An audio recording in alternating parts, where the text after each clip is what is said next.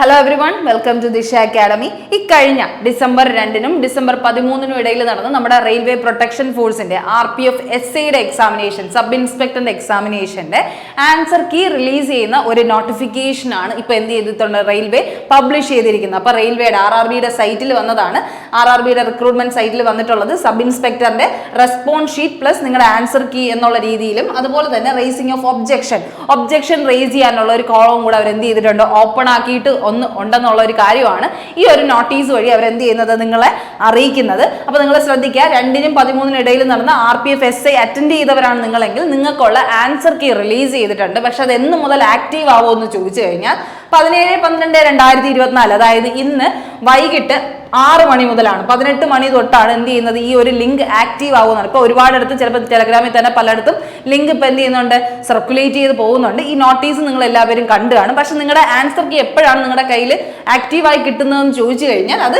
17-12-2024 6 മണിക്കും 22-12-2024 ഇടയിലായിരിക്കും നിങ്ങൾക്ക് ഇത് വാച്ച് ചെയ്യാൻ പറ്റുന്നത്. അപ്പൊ 22-ാം തീയതി വരെ നിങ്ങൾക്ക് ടൈം ഉള്ളൂ. അതിനുള്ളിൽ തന്നെ നിങ്ങൾ എന്ത് ചെയ്യുക, നിങ്ങളുടെ ആൻസർ കീ ഒന്ന് ഇവാലുവേറ്റ് ചെയ്യാനായിട്ട് ശ്രമിക്കുക. നിങ്ങൾ ചെയ്ത റെസ്പോൺസും അതുപോലെ തന്നെ കറക്റ്റ് ആയിട്ടുള്ള റെയിൽവേയുടെ കറക്റ്റ് ആൻസേഴ്സും അവരെന്ത് ചെയ്യും, കറക്റ്റ് ആയിട്ട് മാർക്ക് ചെയ്ത് തരും. നിങ്ങൾ എന്ത് ചെയ്യുക, ടോട്ടലി ഒന്ന് ഇവാലുവേറ്റ് ചെയ്യാനായിട്ട് ശ്രമിക്കുക. നിങ്ങൾക്ക് എത്ര മാർക്ക് കിട്ടും എന്നുള്ള ഒരു കാര്യമൊക്കെ കൃത്യമായിട്ട് എന്ത് ചെയ്യുക, മനസ്സിലാക്കി വെക്കുക. എവിടെയൊക്കെയാണ് തെറ്റ് പറ്റിപ്പോയത് എന്നുള്ള കാര്യമൊക്കെ മനസ്സിലാക്കി ഇനി വരാൻ പോകുന്ന എക്സാംസിന് ആ തെറ്റുകളൊക്കെ തിരുത്തിയിട്ട് എന്ത് ചെയ്യുക, നിങ്ങൾ കുറച്ചും കൂടെ ഇമ്പ്രൂവ് ചെയ്ത് പെർഫോം ചെയ്യാനായിട്ട് ശ്രമിക്കുക. അപ്പൊ ആൻസർ കീ കിട്ടിയത് കൊണ്ട് തന്നെ നിങ്ങളുടെ ക്വസ്റ്റ്യൻസ് ഒക്കെ ഒന്ന് എന്ത് ചെയ്യും, ഇപ്പം ആൻസർ കീ ഔട്ട് ആവുമ്പോൾ തന്നെ ബാക്കിയുള്ള എല്ലാ ഷിഫ്റ്റിന്റെയും ക്വസ്റ്റ്യൻസ് ഒക്കെ ഓൾറെഡി ഔട്ട് ആവും. അതും കൂടെ എന്ത് ചെയ്യുക, വെച്ച് താരതമ്യപ്പെടുത്തി നിങ്ങൾ ബാക്കിയുള്ള എക്സാമിന് വേണ്ടിയും കൂടെ പ്രിപ്പയർ ചെയ്യാനായിട്ട് ശ്രമിക്കുക കേട്ടോ. ആ ഒരു പാറ്റേൺ എന്ത് ചെയ്യുക, ഫോളോ ചെയ്യാനായിട്ട് ശ്രമിക്കുക.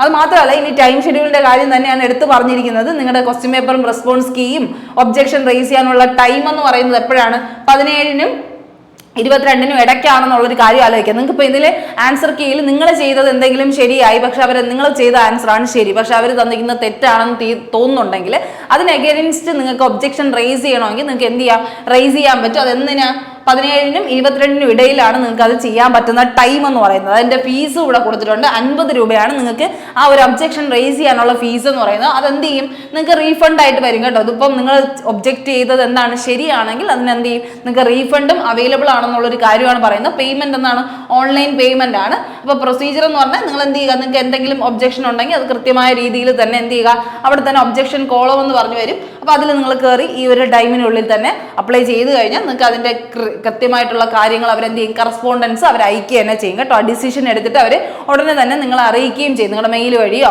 എങ്ങനെയായാലും നിങ്ങൾ എന്ത് ചെയ്യും, അറിയിക്കും എന്നുള്ളൊരു കാര്യമാണ് അവർ ഉറപ്പ് വരുത്തിയിരിക്കുന്നത്. അപ്പൊ ഇത്രയും കാര്യമാണ് അവരുടെ നോട്ടീസിൽ പറയുന്നത്. അപ്പൊ ആ നോട്ടീസ് കൃത്യമായിട്ട് മനസ്സിലാക്കി നിങ്ങൾ മനസ്സിലാക്കുക. ഇന്ന് മുതൽ ആക്റ്റീവ് ആവുമെങ്കിലും ആദ്യം ഒന്നും ചിലപ്പോൾ എന്ത് ചെയ്യത്തില്ല, ലിങ്ക് ചിലപ്പോൾ നിങ്ങൾക്ക് ചിലപ്പോൾ പെട്ടെന്ന് തന്നെ ആൻസർ കീ കിട്ടണമെന്നില്ല. കാരണം ലോഡിംഗ് ആണ്, ഒരുപാട് ആൾക്കാർ ഒരുമിച്ച് നോക്കുന്നതുകൊണ്ട് തന്നെ സൈറ്റ് ബിസിയൊക്കെ ആവാനുള്ള ചാൻസ് ഉണ്ട്.